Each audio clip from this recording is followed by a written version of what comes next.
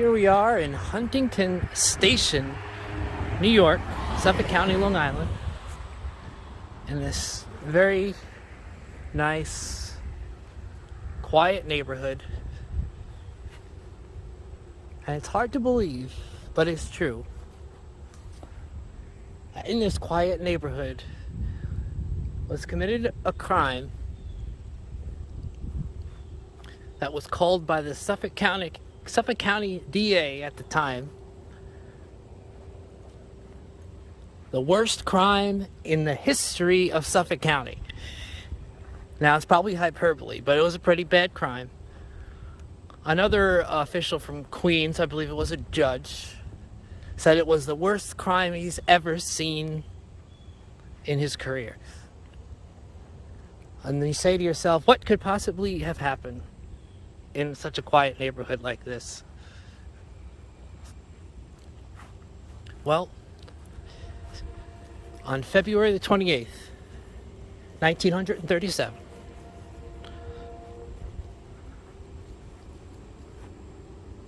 a little girl named Joan Morvin spent the last comfortable, non-extreme painful day in her life right here. And a terrible crime was committed against her in a house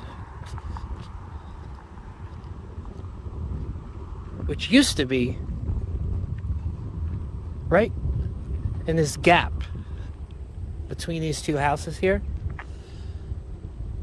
between 100 and 94. There used to be a 96.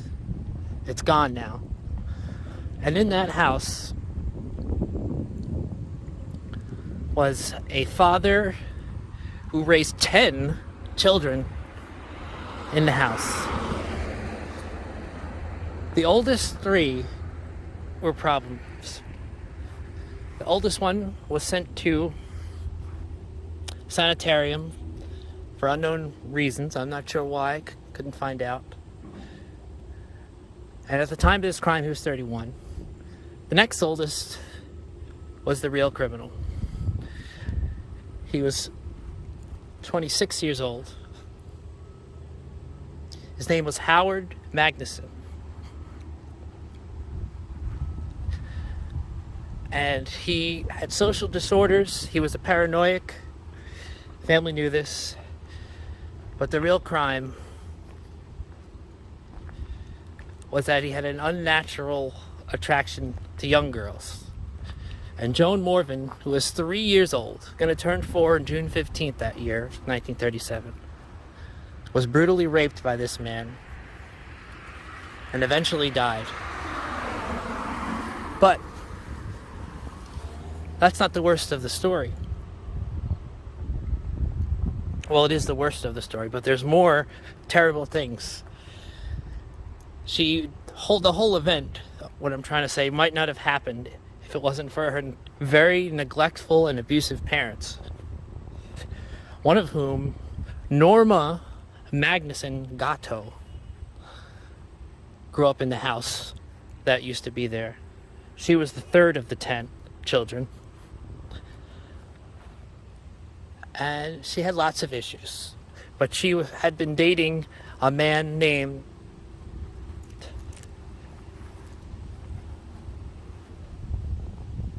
Joan Morvan.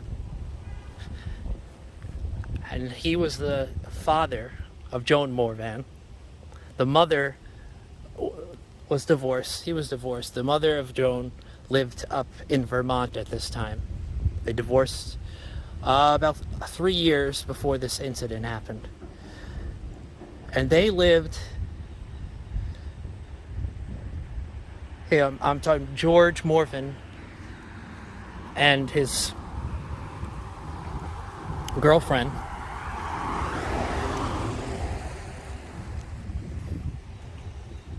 Norma Magnuson Gatto, lived in Queens together with Joan, and she also had a little brother. and they came out here to visit. But first, I'll give you a little bit more background, and we'll go to the house in Queens.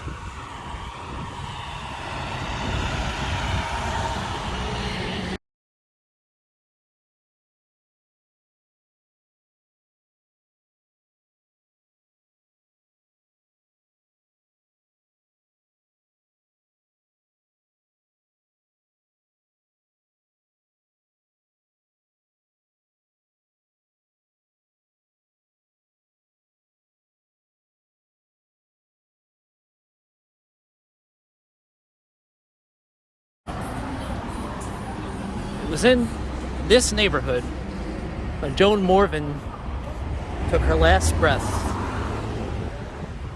This is South Jamaica, Queens. And it was here where her father, George Morvin, lived with Norma Gatto. Both were divorcees, both had children from other marriages. They were together about a year, and they lived at 11541, which is right here.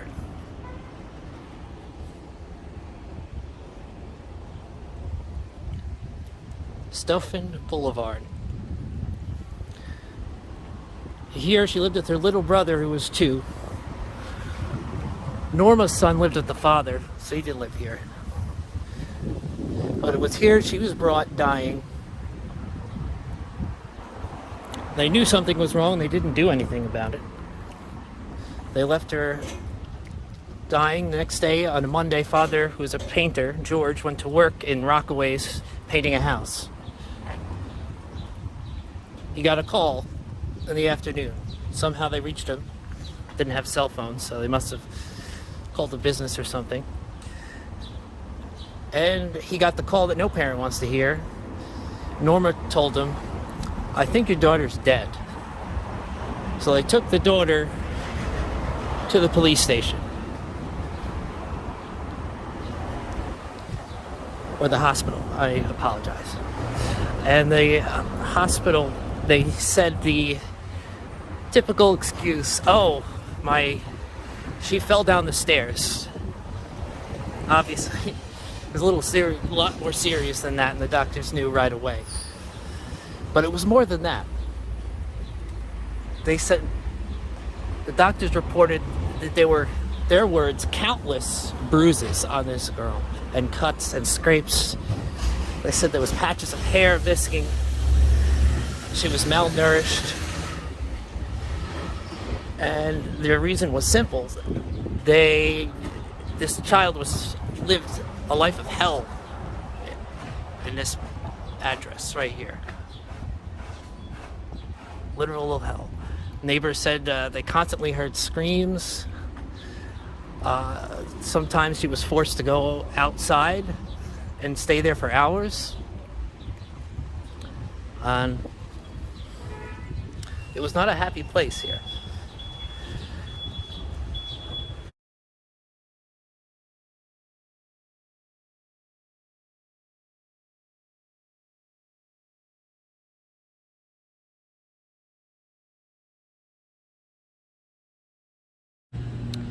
Here we are back in Huntington Station, the nice, quiet neighborhood where Joan Morvin unfortunately met her terrible fate. Soon after the hospital did their investigation, they were able to trace it to that brother, and he was arrested. And like I said, he had lots of problems. The neighbors they talked to said that he was rarely ever out of the house. The father pretty much kept him on lockdown because they knew he had problems. And he confessed to what he did. And not only that, but he made an additional confession of molesting his 3 little sisters and he was charged with 35 different counts against his own sisters of incest, of different things he did.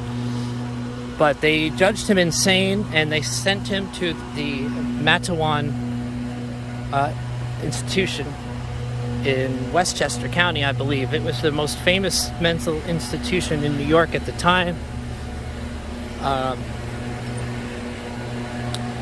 So some famous people, Harry Thaw, the whole Evelyn Nesbit story where he killed Stanford White, he was sent up there.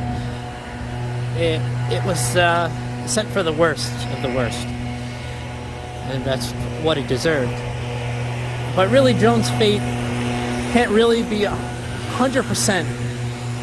Again, here's the site where the house, the Magnuson house, used to be. This was the driveway to the Magnuson house, but now it's attached to this one. But it's a very nice, quiet neighborhood, besides the lawn manicuring. But like I said, it was really the three adult figures in her life. Her mother, whose name was Dorothy. Dorothy Drinkwater was her maiden name, Drinkwater Morvan, who lived up in Vermont. She originally had custody of her and the brother after the divorce. Took them up to Vermont because she had family there and got a job as a waitress. But she gave the kids back because she couldn't afford them. She said she was only making $6 a week, which today would be a little over $100. So she sent them back to live with Norma Gatto and her father George. And getting back to them, when they saw the abuse was more than just the rape, they put the father and the sort of stepmother under arrest, and the judge put their bail at an extremely high $100,000, which would be well over $1 million today, probably close to like $2 million, because he wanted to ensure that they were not let out of jail, because it was just appalling what they did to the child. And well, anyway, Norma was not, it turns out, was not completely ignorant of the conditions that her child was living on. They searched the house. She claimed she didn't know anything about it, but then after a thorough search of the house, they found correspondence between the father and the mother that was fairly frequent. They also found that she most likely visited over Christmas, the Christmas before, but they couldn't prove she was there, but it sounded from a letter she wrote that she intended to visit. So she must have had some knowledge of what she was living on. And the interesting thing was these three main characters in Joan's life all grew up in this area of Huntington Station, so they knew each other growing up. And in court, Joan's biological mother claimed that Norma Gatto was an irresponsible drug addict. She's addicted to morphine, and she in no way should be near any children. She actually exonerated George, said that she doesn't think he would ever abuse the child. But Norma obviously had a different story. She said she hardly ever hit Joan. She did once with a hairbrush, she admitted. That was it. But it was the father, she said, that abused the child. And she even insinuated that she may have died because of things that George, her father, did to her, and not her brother. And so the court, it was an ugly battle. It went back and forth. Both the parent, Norma, blamed George blamed Norma. And so they winded up both getting the same exact jail sentence. 2.5 to 5 years and $1,000 additional fine. Again, we'll take one more walk past where the house where the terrible incident took place and where those 10 children grew up, used to be, right there. So the whole case was just terrible, and it was all in the news. It was actually a bad few months for cases like that of different rapes. I guess I don't know what way to say it. There was one in New York City that happened 2 weeks later, where a barber asked a 9-year-old girl to help, that was passing the store, to help sweep some hair, and she went in there, was raped and killed, and he put her in a bag and then continued haircutting the rest of the day to the end of the shift, or when his store closed, and then threw her in an alley. That happened 2 weeks later. And 2 weeks before that, there was another strange case where an eccentric artist in Manhattan killed 3 people and raped one of them. So this was sordid news all over in early 1937. And this story was the worst of the 3 because of the way this child had to live her short life. And before I continue on further, we're going to see just where Joan did end up.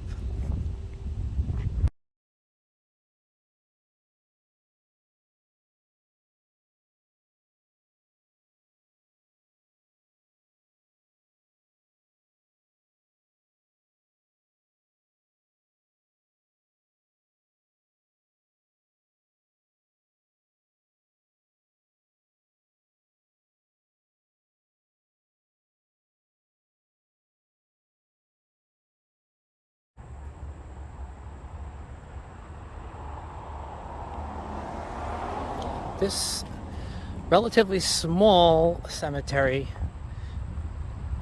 is Joan Morvan's final resting place. Unfortunately, there's no pictures of Joan Morvan. After a lengthy search, I could not find any, so I'm not sure exactly what she looked like. And furthermore, I spent a good 2 hours plus looking through this cemetery trying to find her grave. I know it's here. There's multiple sources that show this was the burial place. This is where the funeral, there's even pictures of the funeral. But could not find her gravestone. But this is a very old cemetery, and there is a lot of graves that are partially covered, or the writing has worn off on them. There's a lot that are not gravestones, they're just plaques on the ground, and you couldn't even see the name because it was overgrown. You had to, brush it aside. So it's somewhere. I wish I could left a nice token for the poor kid, but getting back to finish the story. Her burial took place on March 6th, which was a Saturday, 1937. Very small crowd attended. Her biological mother attended. Her grandfather, on her mother's side, attended. And a few people that knew, but not very many. Of course, the father, George, and Norma were in jail, so they couldn't have attended. But her grandfather, or not her grandfather, her Norma's father, her step-grandfather, didn't even attend. And he was kind of a strange guy. I mean, besides the fact that he had several delinquent kids, his profession was as chocolatier in his house. He made chocolate-shaped animals and sold them to candy stores, and did this for years as a living. And he showed very little interest in Joan. He seemed to be a very strange man himself, definitely had an odd family. And he did not attend the funeral, even though Joan's death didn't take place in his house, but the event took place in his house that led to her death. So that was a bit surprising. And the mother continued to fight for custody of the other child, but never got it. I couldn't find anything about the fate of Norma. However, her father, George, seemed to live a normal life as a painter. He died in the 80s. And the one picture I could find of him, he seemed a pretty happy guy. So that's kind of another strange twist of fate. Yeah, it's unfortunate I can't find her grave. Seems like one last tough deal in life she got. I can't even leave a memorial for her. But I'm glad I got to tell her story of her short life. So hopefully she won't be completely forgotten. And I'm sorry again for the morbid stories. They're just the interesting ones that get attention. And so we're going to move on to, in the future, do much more positive casts here. Upcoming, there's going to be one definitely about Lake Ronkonkoma, which is where I grew up.